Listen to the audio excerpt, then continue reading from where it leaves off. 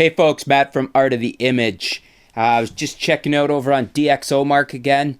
It's always a fun site to go pumping in different camera numbers and seeing models and cameras and things and see what combinations come up with what and what the DXOMark is saying is farther ahead and how they're ranking things.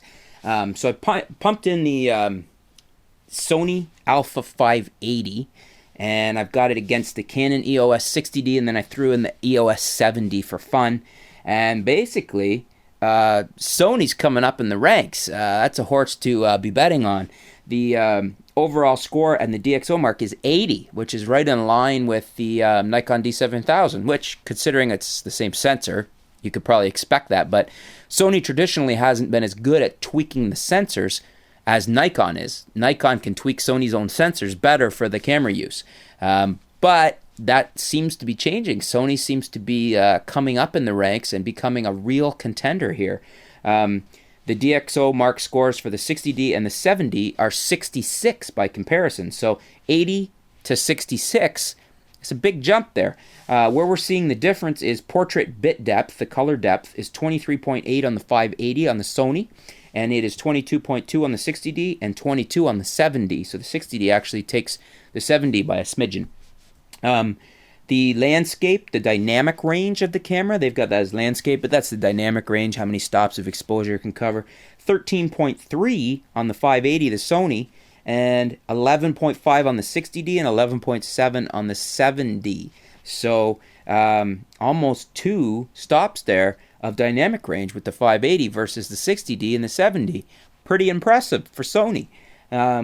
And then we've got the low light ISO, that they term that sports, but the low light ISO. And this is basically, they rank this as the highest ISO before the image quality starts to degrade. Now, that doesn't mean you can't shoot over this. It's just where you start to see some degradation of image quality. So they got the Sony Alpha 580 down at 1121 ISO, the 60D at 813, and the 7D at 854. So we're talking a fair number of gap there between what the performance of the Canon bodies and the Sony is. Sony's spanking them. Pretty impressive for, past Sony bodies haven't really been anything to write home about. Now we're looking at some of these and we're thinking, hey, this is pretty decent. And let's look at the price tag on here. The 580 is, they've got it down here as $912 USD for, I think that's the MSRP, the manufacturer suggested retail. And we know that the 60D is around $1,100. It can be had for less than that. Realistically, it can be had for, I think I saw them on sale the other day for $9 and $950 again. And the 7D, they've got it $1,974. You can usually buy it around $1,500. The big thing here, though, is probably the Sony you can get for cheaper, too. So it's a considerable margin of savings in the Sony as well. Other than that, you're looking at about the same performance. The 60D to the 580, 5 frames per second to 5.3 frames per second on the 60. Not a big difference there. Basically 5 frames per second for both of them. Obviously the 7D comes up to 8 frames a second, but much more expensive camera.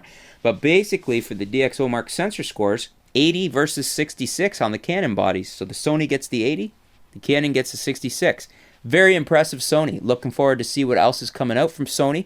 And I'd really like to see Sony, the new full frame camera where is it? We've been waiting for it. We want to see what you're going to do. What's the new replacement going to be for full frame? Let's see a couple of replacements for that, and we're looking forward to it. Thanks for tuning in, folks. Stay tuned. We'll be back with some more video posts, some more articles, and we'll keep you up to date with what's going on in the world of photography. Thanks a lot.